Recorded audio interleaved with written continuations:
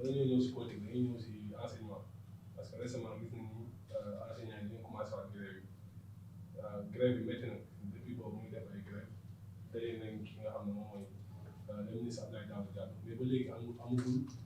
déggoo ñoom nee nañ si année blanche lañ jëm loolu nan nga koy jàngatee. waaw Wassare News maa ngi leen di nuyu di nuyu seen équipe bi yëpp di kontaan rek saa su ne ci dalal leen fii ci jataay bu am solo bi nga xam ne dama ci jàkkaarloo ak yéen di càmbar actualité nationale internationale Wassare News quand même xàmmee naa leen comme ci ñi gën a sawar di ñëw ak di indi ay laaj yu am solo maa ngi leen di encouragé ci seen liggéey question bi nga posé ci crise secteur enseignement bi ak grève yi question bu am solo la parce que ñaata at a ngi nii daanaka ni Sénégal amul année scolaire bu stable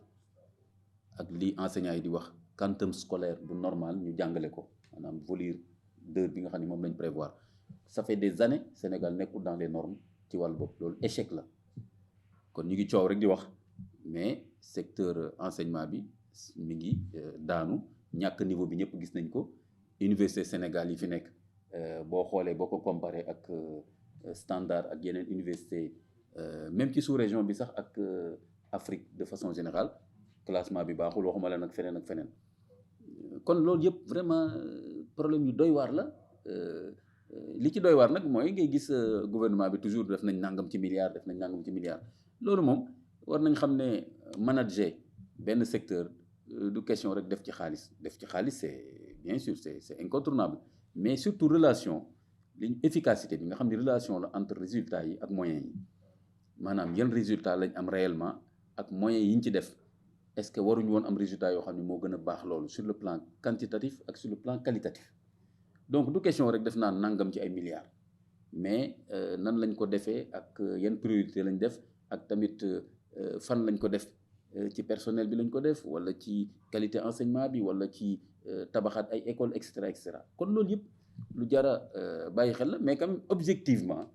li ñu gis mooy secteur bi dafa nekk en crise et particulièrement conditions de vie enseignants yi dafa nekk problème bu rëy te injustice am na jëm ci ñoom parce que ay at a ngi nii gouvernement bi di jël ay engagement bañ ko respecté te président Macky Sall en particulier xamoon na loolu xam bu leer nañ ba bi muy ñëw wax na ni man dootuma signer loo xam ni sama gouvernement du ko mën a régler au plan budgétaire maanaam pour wane ni il se distingue de son prédécesseur nga xam ni Abdoulaye Wade da doon signer lu ko neex ak nit ñi te budget bi du ko attan wala en tout cas du ko mën a respecter kon président Macky Sall mënuñ ko pardonner le fait que mu bañ a respecter ay engagements yu gouvernement am signé depuis son premier mandat ñaan nañu njëkk enseignants yi plusieurs fois société civile bi dugg ci kon nag loolu faute bi d'abord c'est au niveau du gouvernement et du régime du président Macky Sall depuis bi mu nekkee au pouvoir injustice bi ñuy teg tam enseignants yi man xaw ma fu ñu ko teg parce que tey boo déggee ñu ne wuy magistrat yi dama koy faral di dégg.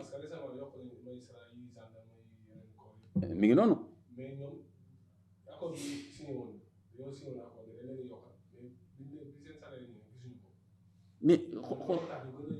mais xoolal irresponsabilité boobu ak manque de respect par rapport ak secteur boobu nga xam ne c'est un secteur crucial dans l'émergence entre guillemets wala le développement d'un pays mooy le capital humain léegi mooy li ma doon wax sànq da ngay dégg ñuy fay salaire yu baax ak ay prime ay per diem fay ko yenn corps yi tey magistrat yi ñu nekk impôt domaine ñu nekk ministère des finances douane et cetera daanaka ñu ngi fay ci biir xaalis waaw 500 000 et quelques ci loo xam ni du ñu apporter dara le pays donc gis nga parce que rek jabaru ambassadeur lañ mais sinon amuñu benn mission publique voilà loolu nga sañ ko def ci réew léegi nag ñi nga xam ne dañuy jàngal ay 80 élèves ci benn classe tous les jours ak conditions yi ni mu méttee léegi ñooñu lu jëm ci ñoom rek ñu sàggane ko bañ a respecter seen engagement wala bañ leen a jox loo xam ni mën na sedd seen xol ci wàllu payoor loolu gàcce la ci réew mi c'est une honte nationale mépris la boo xam ni gisuma fan lañ koo teg te war nañ ko lijjanti. Grille salariale bi dafa injuste ñëpp xam nañ ko mais bëgguñ ko régler def nañ ko audit ñoom woo nañ fi cabinet fay ay xaalis bu dul jeex du xaaj ba pare jëlaat loolu ranger ko tiroir ne dafa sensible parce que suñu laalee fii xaw ma lan suñu laalee fii. Un gouvernement qui n'ose pas rétablir la justice entre différents secteurs de la République kooku du gouvernement parce que kon ana équité bi ñuy wax te constitution bi wax ko kon nag vraiment su ma déggee par exemple ñu naan la magistrat yi suñu leen fayul bu baax dañuy corrompu douanier yi suñu leen fayul bu baax nangam ma ne waaw douanier boobu kan moo ko jàngal bind ak lire ba mu mën a nekk douanier. Le plus grand cadre bu nekk tey inspecteur impôt domaine ku ko jàngal bind ak lire ak calculer il ne fait que calculer l'argent public mais ñi koy produire di produire ay nit yu mën a jàng mën a bind ak di produire agriculteurs yi et cetera ñooñu ñooy produire la richesse nationale en termes de personnel humain qualifié et en termes de richesse. Kon comment se fait-il nga bëgg a sàggane ñooñu ci turu léegi que ni ñee suñu leen fay bu baax dañuy am corruption suñu nangam loolu wax dëgg yàlla lu ma jaaxal la te loolu kon moo tax enseignants yi mais kenn waru leen yedd ci dara. léeg-léeg nga dégg ay nit way enseignants itam dañu bëri grève dañu bëri nangam kii wax loolu soit moom du enseignant soit doomam mi ngi jàng extérieur wala nangam loolu rek lay demee waaw réew mi nag mi ngi noonu ñoom ñooy wax mel noonu mais ku xam condition de vie enseignant ak condition yi ñuy jàngale élèves yi la preuve mooy tey jii bépp Sénégalais boo xam ne am nga moyen tey sa doom foo ko yóbbu privé parce que au moins daanaka duñ grève ci année bi ba pare classe nombre bi xaw na limité ba pare dañuy fay ay prof yoo xam ni ku ñëwul heure jàngale di nga ko diggaale ak ñoom et cetera système bu mel noonu lu tax amul ci système public bi parce que système public gouvernement bi faalewul leen donc wax dëgg yàlla kooku échec la ci le régime actuel bokk na ci li mu échoué secteur enseignement bi ñàkk a respecté engagement yi ak ñàkk a xool dëgg-dëgg secteur bi li mu laaj ci wàllu humain ak ci wàllu financier ak ci wàllu yëpp